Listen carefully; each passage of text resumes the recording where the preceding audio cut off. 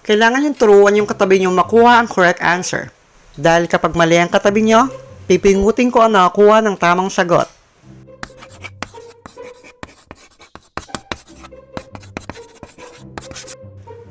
Naku, Marian, mali ang sagot mo. Buray na yun bago pa makita ni ma'am. Hindi mo tinuturuan yung katabi mo? Sa tuwing magpapasokan, excited ang mga bata sa mga bago nilang gamit at baon nila sa school. At sa mga gantong panahon, ang pinaka naaalala ko yung pag-aasikaso sa akin ng mama ko tuwing papasok sa school sa umaga. Jeff, gising na. Baka malate ka pa sa school nyo. Alas 5 pala ng umaga ay ginigising na ako ni mama para bumangon ng saigaan. Kadalasan bumibili si mama ng pandesal na may palamang dairy cream para sa almusal ko. May kasama pang kape at minsan hot choco. Jeff, bilisan mo dyan, maliligo ka pa! Lo, aga-aga, galit. Habang kumakain ako ng almusal, nagpapainit na ng tubig yung mama ko, pampaligo ko. At habang naliligo naman ako, nagpaplansya naman siya ng uniform ko. Jeff, maliwanag na sa labas, bilisan mo, malilate ka na sa school. Habang pinagmamadali, lalo pa nagbabagal. Ang kupad-kupad mong kumilos. Halika dito, lagyan ko tuwalya likod mo. Para kahit pagpawisan ka, hindi ka matuyuan ng pawis. Kahit lagi yung sinesermonan ng mama ko tuwing umaga, ramdam ko ba din ang pagmamahal niya sa akin. Naikwento ko sa part 1 na nag-decide yung mama ko na i-transfer ako sa ibang school nung nag-grade 2 ako. Dahil naniniwala siya na ako dapat talaga ang first honor nung grade 1 ako. Di hamak na mas malayo ang nilipatan kong school kumpara sa dati kong school na pinapasukan. Dahil doon, hatid sundo pa rin ako ng mama ko mula grade 2 ako hanggang grade 6. At nagkaroon din ako ng mga bagong kaibigan sa nilipatan kong school. Tumbler o lagayan ng tubig ang isa sa mga kailangan ng mga estudyante to keep them hydrated sa school. Sa ngayon, usong-uso ang Hydro Flask o Aqua Flask, lalong-lalo na sa mga estudyante. Pero para sa mga batang 90s na katulad ko, water jug o Coleman ang pinakasikat na lagayan ng tubig namin noon. At dahil mahirap lang kami noon at di pa ako mabilan ni mama, nakikiinom na lang ako sa water jug ng kaklase ko. Lamig. Salamat Malamig na tubig ang kadalasang laman ng mga Coleman nila noon. Pero pag orange juice naman ang laman ng Coleman mo, mayaman ka na noon. Missy, pwede ba makainom sa water jug mo? Nauuhaw na kasi ako eh. May mga iba na hindi basta-basta nagpapainom sa water jug nila. Binabaligtad nila yung takip ng water jug nila para doon ka nalang uminom. Thank you sa orange juice Kala mo naman, ang tabang naman ng orange, kulang sa asukal. After few months, nabilan din ako ng mama ko ng sarili kong water jug para hindi na ako makainom sa kaklase ko. Nung elementary ako, may mga bumibisita sa classroom namin para magbenta ng kung ano-ano. May mga nagbebenta ng mga fairy tale na libro. Meron din mga nagbebenta ng buto ng halaman na pwede namin itanim. Nung bata ako, pinangarap ko makapagtanim ng mga gulay o kaya naman mga bulaklak. Dito sa form, pwede kami mamili kung anong itatanim namin. Kinabukasan, saka namin babayaran at ibibigay na sa amin yung buto. Buto ng sunflower na may kasamang fertilizer ang napili kong itanim sa bakuran namin. 3 days later. Lo, ba't hindi pa rin tumutubo to? Peke yata tong buto na to eh. Kainin ko na nga lang. Ay hala. Isang araw may bumisita sa classroom namin na formal ang suot. Yun pala, magbebenta lang pala siya ng iodized salt. Sinabi niya na pampatalino daw yung pinong asin na yun at kailangan naming bumili. Magaling siya mag-sell stock ng asin kaya humingi ako sa nanay ko ng pambili. Ma, may nagbebenta ng asin sa amin sa school. Pengi pambili. Aanin natin asin na yan, Jeff? Ang dami-dami nating asin dito. Di ma, iodized salt naman yun. Pampatalino daw ng mga bata. Iodized salt ka pa nalalaman? Parehas lang naman asin yun. Yaman ng mga classmate nung bumili ng asin na yan. Mas kailangan nila yon. Grabe ka naman, ma.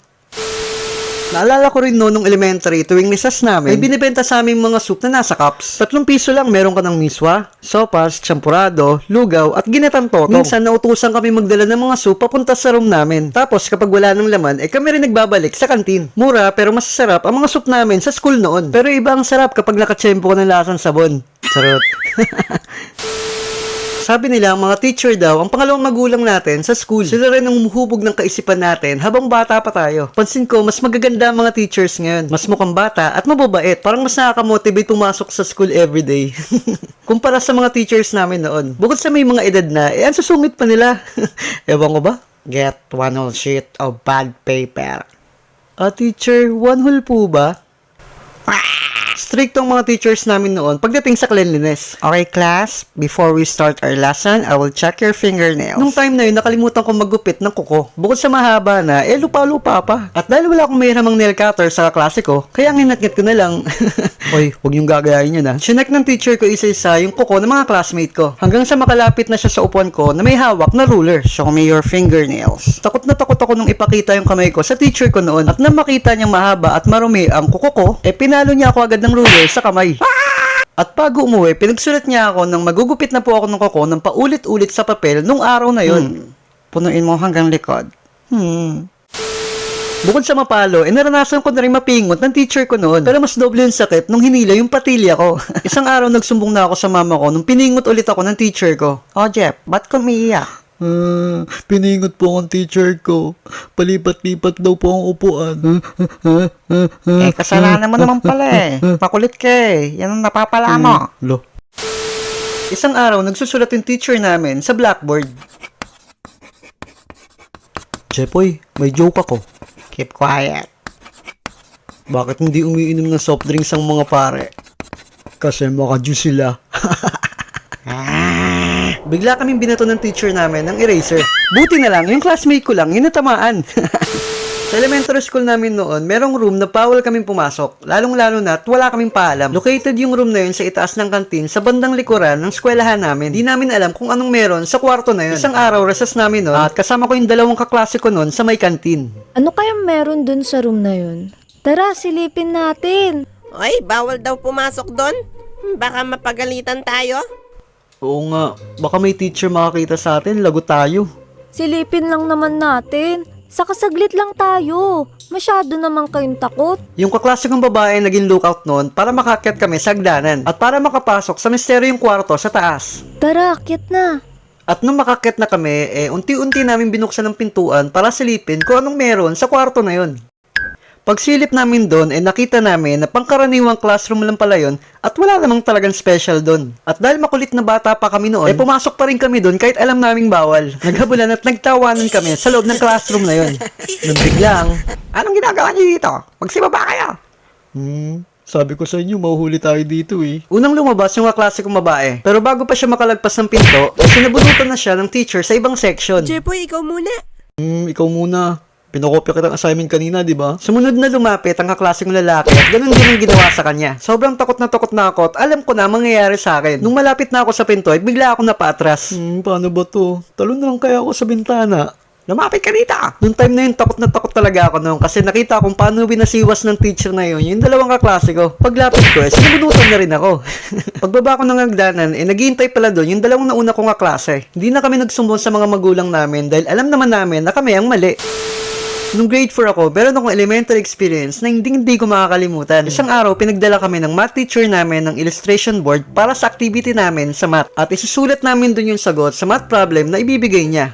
Kailangan yung turuan yung katabi nyo makuha ang correct answer. Dahil kapag mali ang katabi nyo, pipingutin ko ang nakakuha ng tamang sagot. Buti lang, Jepoy, tayo magkatabi. Oo nga eh. Sigurado ako, walang mapipingot sa atin. Zam, please stand up. Dito ka umupo sa unahan. Magpalit kayo ng upuan ni Mary Ann. Mary Ann, dun ka umupo sa tabi ni Jepoy. Sige, Jepoy, lipat na ako, sabi ni ma'am. Good luck.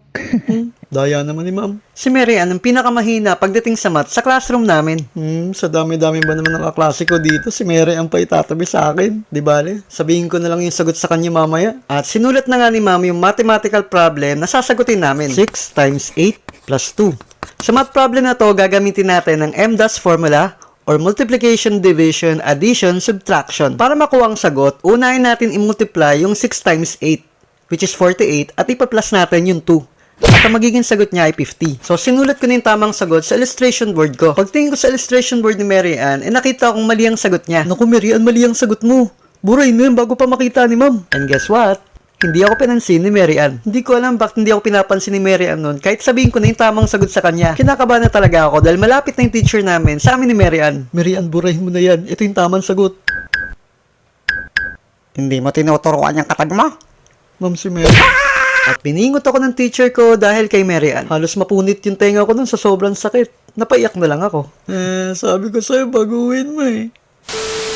Sa kabila nito, mas marami pa din ang mga guro na mabait, lalo na sa panahon ngayon. Karamihan sa kanila ay may mas malasakit na sa mga estudyante nila ngayon. Di lang sa mga bata, pati na rin sa mga alagang hayop. Kaya sa lahat ng butihing guro na patuloy na gumagabay sa mga mag-aaral, saludo po ako sa inyo. Iba-ibang paraan ng pagdidisiplina sa amin ng mga teachers namin noon. Kahit sagana kami sa palo, pingot, sigaw at sermon, aminin kong doon pa din kami natuto. At nagpapasalamat pa din ako dahil nagkaroon sila ng malaking bahagi sa buhay elementary ko. Ang animation na to ay isang pagpupugay sa lahat ng mga naging teachers ko sa elementary noon. At sa lahat ng mga teachers na nanonood ngayon, maraming salamat po. Bago ang lahat, gusto ko munang magpasalamat sa mga Pinoy animators na nakokolab ko sa episode natin today. Kila Missy Animation, kay Zam Animation, at kay Tunrex. Actually, sila talaga yung tinuturing kong kapatid pagdating sa Pinoy Animation. So, supportahan nyo rin po sila. Maraming salamat po. Thank you din sa mga nag-send ng kanika nilang fan arts at sa mga iba pa nagpapa-shoutout. Maraming salamat sa suporta nyo. Gusto ko lang batiin yung kaibigan ko na si Adrian at Tianza at yung mga pamangkin daw niya na lagi daw nanonood ng mga animations ko dito sa YouTube, Facebook at sa TikTok. Maraming salamat sa Atienza family. Hello kila Noah, Steph, Daini, Amira, Gabby, Mikan, Aryan, Ella at Althea, pati na rin kay Dylan, Nigel. Hello sa inyo lahat. Thank you so much sa panonood nyo sa bago nating episode today. And sana nagustuhan nyo. Thank you so much. God bless. Bye-bye.